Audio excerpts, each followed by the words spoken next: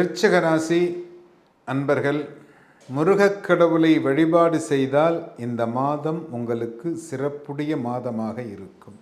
பங்குனி உத்தரத்தன்று பழனிமலை முருகனுக்கு பால்குடம் ஏந்தி சென்றால் இந்த மாதம் மட்டுமல்லாமல் தொடர்ந்து வரக்கூடிய நாட்களும் உங்களுக்கு சிறப்புடையதாக இருக்கும். ஒரு சிறப்பான ஒரு மாதத்தில் நீங்கள் இருந்து கொண்டிருக்கிறீர்கள்.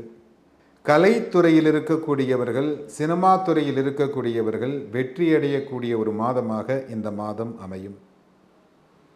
புதியதாக தொழில் தொடங்க இருப்பவர்கள் சகோதர சகோதரிகளுடைய உதவியினால் புதிய தொழில் தொடங்குவதற்கு ஒரு ஏற்ற மாதமாக இந்த மாதம் அமையும். உங்களுடைய ராசியாதிபதி செவ்வாய் உங்களுக்கு சாதகமான இடத்தில் இருக்கின்ற காரணத்தினாலும், சூரியன் 5ஆம் இடத்தில் இருக்கின்ற காரணத்தினாலும் உங்களுக்கு சாதகமான மாதமாக இந்த மாதம் அமையும். கணவன் மனைவி ஒற்றுமை நன்றாக இருக்கும். குழந்தைகளுடைய உடல்நிலையில் கவனம் தேவை.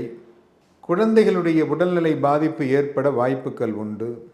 சென்ற மாதம் அனுராதா நட்சத்திரம் அனுஷ நட்சத்திரத்தில் பிறந்தவர்களுக்கு உடல்நிலை பாதிப்பு இருக்கும் என்று கூறியிருந்தேன். இந்த மாதம் அது எல்லாம் சரி செய்யப்படும்.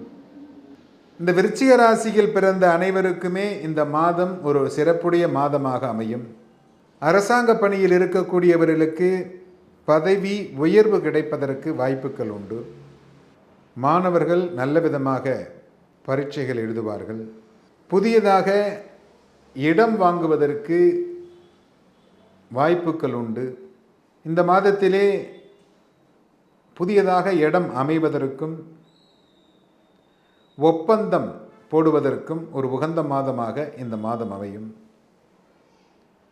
முருகக் கடவுளுக்கு வழிபாடுகள் செய்து இந்த மாதத்தை சிறப்புடையதாக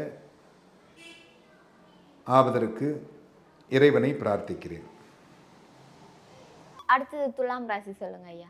இனிமே தான் ஆட்டமே ஆரம்பம் துலாம் ராசிக்காரங்களுக்கு.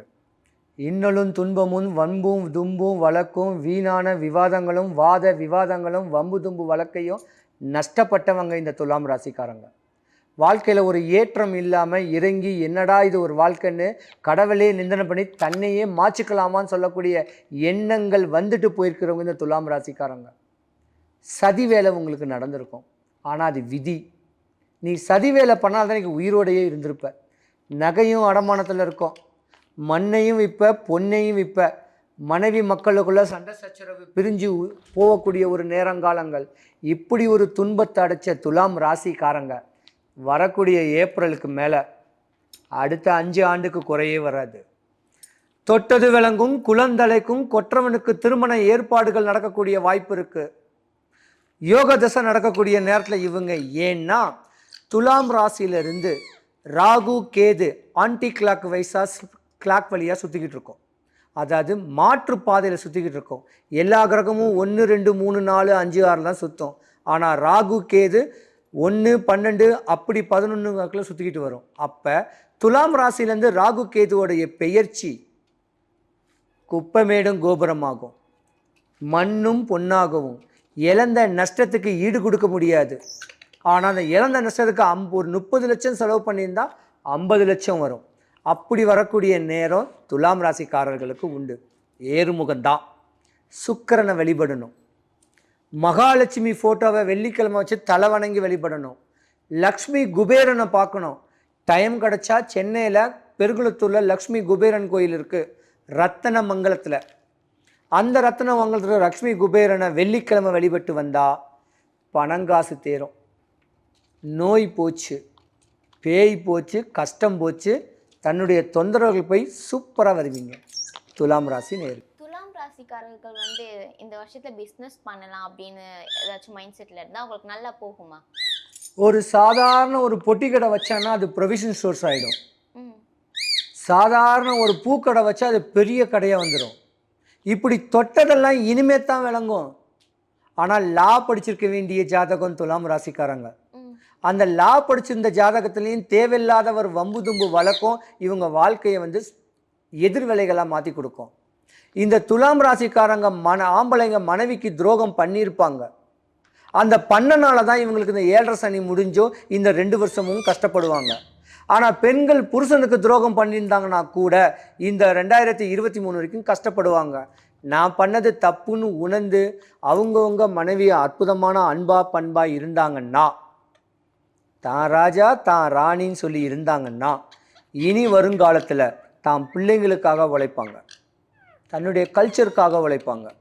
நாட்டாமையாக இருக்கலாம், நீதி சொல்லக்கூடிய நாட்டாமையாக இருக்கலாம். அப்படியாப்பட்ட தருணம்லாம் இனிமே தான். துலாம் ராசிக்காரங்களுக்கு கல்யாணம் முடித்தா தான் யோகம். கல்யாணம் முடிக்காத வரைக்கும் யோகமே கிடையாது. கல்யாணம் காட்சி முடியாதவனுக்கு கல்யாணம் நடக்கும். அற்புதமான நேரம். துலாம் ராசிக்கு நேர் வீடு ரிஷப ராசி. ரிஷப ராசிக்கு அதிபதியும் சுக்கிரன், துலாம் ராசிக்கு அதிபதியும் சுக்கிர பகவான். சுக்கிரனுடைய வீட்டில் குரு பகவான் வந்திருக்கனால ஒரு நல்ல இணைவு இருக்குது. இனி லைஃப் சேஞ்ச் ஆகும். அற்புதமாக வாழக்கூடிய தருணம் உண்டு. துலாம் ராசிக்கு தோஷம் ஏதாச்சும் இருக்கா? சொல்லப்போனால் துலாம் ராசிக்காரனுக்கு கேது தோஷம்னு ஒன்று இருக்கும். சனியோடைய ஆதிபத்தியில் அஷ்டம சனி முடிஞ்சு, சனி பகவானுடைய 7.5 சனி முடிஞ்சு 2 வருஷம் 3 வருஷம் தான் ஆயிருந்திருக்கும். ஆனால் துலாம் ராசிக்கு கேது பகவான் தோஷம் போனனால இனிமே நல்லா இருப்பார். ராசிக்கு 12வது வீட்டில் இன்னைக்கு கேது பகவான் கன்னி ராசியில் இருக்கிறாரு.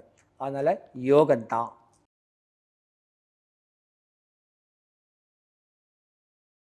இப்போ நம்ம வந்து பரிகாரங்கள் கேட்கறதுக்கு முன்னாடி உங்களை பற்றி சில விஷயங்கள் நாங்கள் தெரிஞ்சுக்கணும் ஆசைப்படுறோம். என்னுடைய பேர் வந்து அக்னிருத்ரன், அதாவது சிவஞான குரு அக்னிருத்ரன் சுவாமிகள்னு சொல்லுவாங்க. 40 வருஷமாக இந்த ஆன்மீக துறையில் இருக்கேன். அருள்வாக்கு, அதாவது திருவாக்கு சொல்கிறது, பரிகாரங்கள் சொல்கிறது, பெரிய யாகங்கள் பூஜைகள் செய்கிறது, எல்லா விதமான இந்தியா பூரா எல்லா மாநிலங்களுக்கும் நம்ம போயிருக்கிறோம், பூஜைகளும் செய்திருக்கிறோம். காமாக்கியா ஆலயம் சென்னையிலேயே, தமிழ்நாட்டிலேயே முதல்ல சென்னையில் நான் தான் காமாக்கியா ஆலயம் வச்சுருக்கிறேன். காமாக்கியாங்கிறது அஸ்ஸாமில் இருக்கக்கூடிய மிகப்பெரிய தெய்வம்.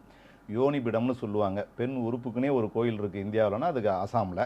அதுக்கப்புறம் தமிழகத்தில் நம்ம தான் வச்சுருக்கிறோம் இங்கே. அதாவது சென்னையில் வண்டலூர் ஜூக்கு பக்கத்தில் பின்னாடி கேளம்பாக்கம் ரோடு மாம்பாக்கம் அப்படிங்கிற ஒரு இடத்துல பனங்காட்டு பக்கத்தில் அந்த கோயில் வச்சுருக்கிறோம். காமாக்கியா ருத்ரபிடம், காமாக்கியா ஆலயம்னு பேர்.